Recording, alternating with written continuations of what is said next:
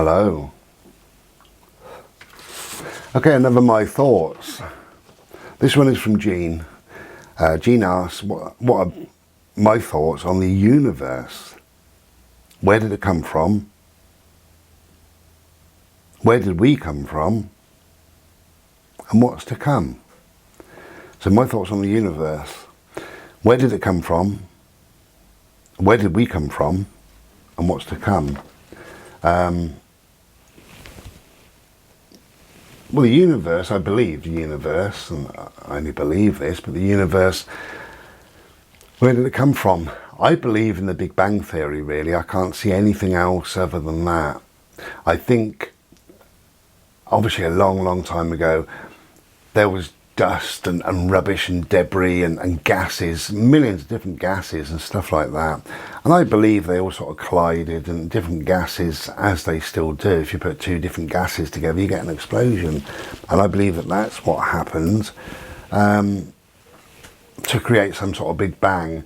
But what would have happened, I believe, is that it would have been so severe, it would have been like 1,000 atomic bombs, creating a huge vortex, so the whole of the system would have been spinning around, spinning around and spinning around. As it slowed, these bits of debris would have crashed into each other, forming the planets ultimately, eventually. If you look at pebbles in a stream or the sea or whatever, they're always round, aren't they? They're always not round, they're often obelisk or oblique or oblong or whatever you want to call it. But they're not flat. Flat earthers, this is what I'm getting at. They're not like flat earth, they're not discs, nothing like that. If you take anything and you bang it about and bang it about and bang it about enough, it's going to be rounded on the edges and probably ball type shape as well. And if all the other planets are ball shaped, then it stands to reason that we are ball shape. Of course we are, and I don't see any more, than that, really.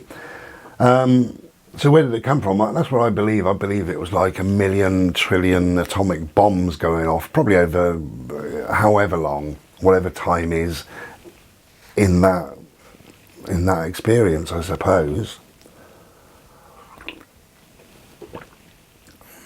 Where did we come from? Well, that's an interesting one, because we're stardust. If you look at our DNA, everything in our DNA can be found in the stars, can be found up in the Milky Way, up in the higher echelons, if you like, of the universe. In the dust, in Mercury or in Mars. So we are stardust. It's amazing, isn't it, really, that we're full of whatever, from nitrogen to H2O to whatever. Everything can be found above in the stars. So yeah, we're stardust. I mean, it sounds very hippie, but that's what we are, really. That's ultimately what we are. And what would have happened is, obviously, just at the right time, at the right place, and the right everything, this Earth would have settled down, because it may have been a ball of fire or whatever, or they say that it was a freezing cold rock, 20-foot deep ice all the way around it, which is why we've got mountains, crevices, rivers, wells, valleys, things like that. What would have happened on this Earth, this planet, is the volcanoes would have erupted and what have you. And that produces heat, which produces whatever, perhaps atmosphere or ozone or acid rain, whatever. And there would have been particles and nutrients and things like that. And eventually, some form of life would have started on this planet, probably a sea urchin or something like that. And obviously then we evolve from that, don't we? All of us evolve in lots of different ways, and people step out of the ocean and it's cold, so they grow feathers. Whatever, I don't know, do I? What else did you ask, Jean? Oh, where's it all going to go, did you say? What's to come? Well, what is to come, I think what we do know, this is only ever right for me because all these videos are, two things that I know: the moon is moving away from the Earth. I remember reading about that years ago, and it's moving away from the Earth at the rate that we grow a fingernail. So it's a tiny, tiny amount in comparison to how big the Earth is, to how big the moon is, and the expanse between where the moon is and where we are, that travel area. But it is moving away. As it moves away, that will slowly, slowly, slowly affect the tides. So flows of rivers, the sea tide obviously will be changing and things like that. The days are getting longer. I think I read years ago that many, many years ago, the days were sort of 26 hours long, another 20 or 25 hours long, another 24. So the days could get shorter, could be 23 hours or 22-hour day. Be quite nice, really. Be nice to be a 20-hour day, wouldn't it? I think nice round figure to it. So we know that with the moon. What's to come? I think a solar flare will eventually wipe us out, or something like that. We know that the sun is a dying star, and it'll be a red dwarf, and it'll implode. Everything with the sun is so slow. So over billions of years, they reckon 5 billion, I think, 5 billion years, it will implode. But it might take a billion years to implode, and then whoosh, and it'll release all its atoms and chemicals and stuff like that, and basically just burn the Earth to a crisp.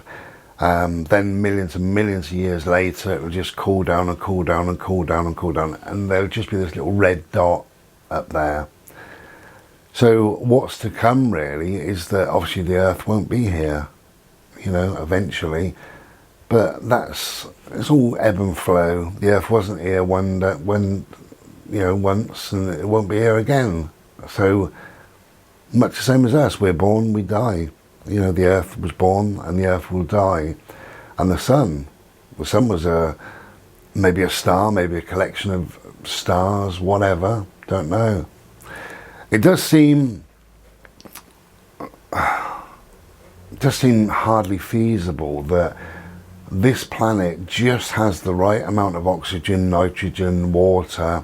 It's the right distance from the sun.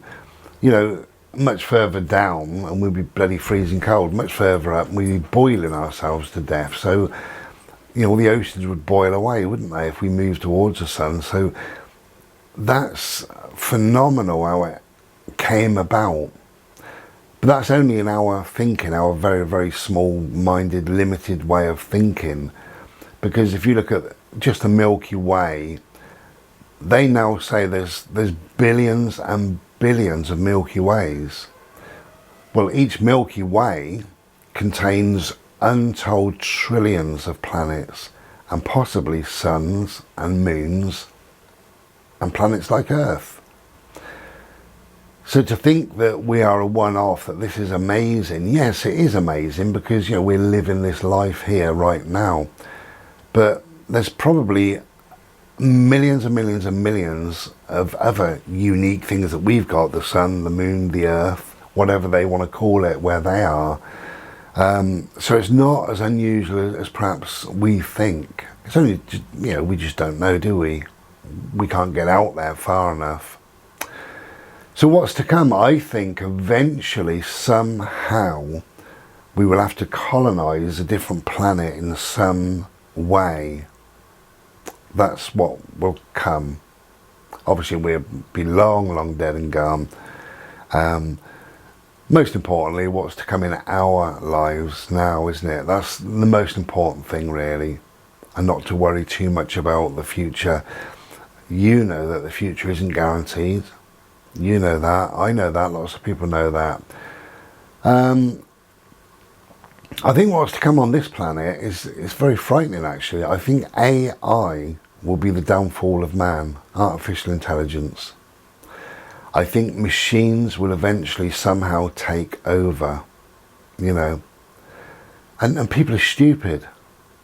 I can't believe how stupid people are. There's a new app now, and you have to plug in where you are and where you go and where you work and who you hang around with and things like that. And it's supposed to be for the fire service and rescue services and what have you, to know exactly where you are at any one given time so they can come and rescue you. It's not about that at all. And I've got friends on Facebook saying, wow, this is marvellous, what a wonderful app. You've got Alexa and Siri, or Siri's, is it? I don't know. Listening to people, recording their conversations. Where does all that go? You know, I know people, they have Alexa in the bedroom. They say, Alexa, set an alarm for me for 7 o'clock in the morning. And she says, yeah, all right then. And then they say, Alexa, I'm going to sleep, so play some gentle music, nice and quiet for an hour. So Alexa plays that. No, Alexa's ready, she's alert, she's listening, she's recording, she's waiting for you to say, Alexa, can you play some more music? Or Alexa, can you fuck off or do whatever you got to do, you old bitch, you know, whatever.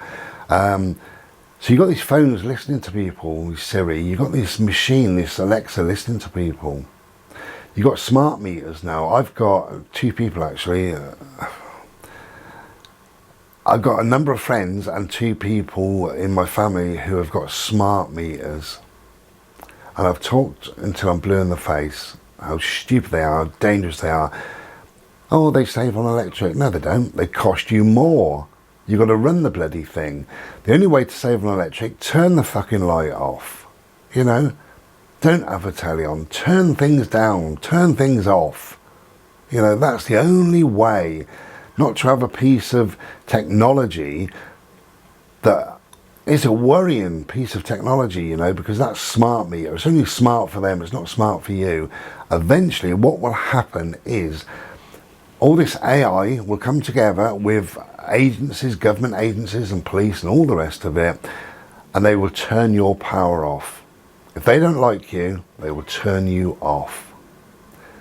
You know, if you're overly political or whatever now on YouTube or Facebook or whatever, they turn you off, they get rid of you. And I think that will happen big time. Your power will be turned off. That's why it's smart. It's very clever actually by them, isn't it? Anyway, that's a different thing than you asked, I suppose, Gene, really. Who knows, mate? Who knows? It's fascinating, it's wonderful, and we've got to make the most of this beautiful one life that we've got. You know, regardless of where we came from and where we're going to, you know. But yeah, I believe we're stardust. I believe our atoms, our DNA shows that quite obviously. And in that respect, it's magical, isn't it? We're all magical in our own ways, you know. Stardust.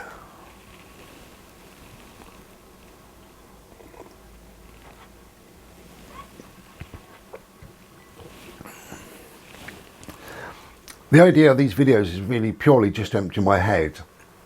It's just my thoughts, so it's only ever right for me, as I always say, really. And the idea of the videos is to have a number of short videos, a little series called My Thoughts, and I'm trying to keep these videos under 20 minutes or 20 minutes or less. And I think this one's probably 20 minutes, Gene, isn't it?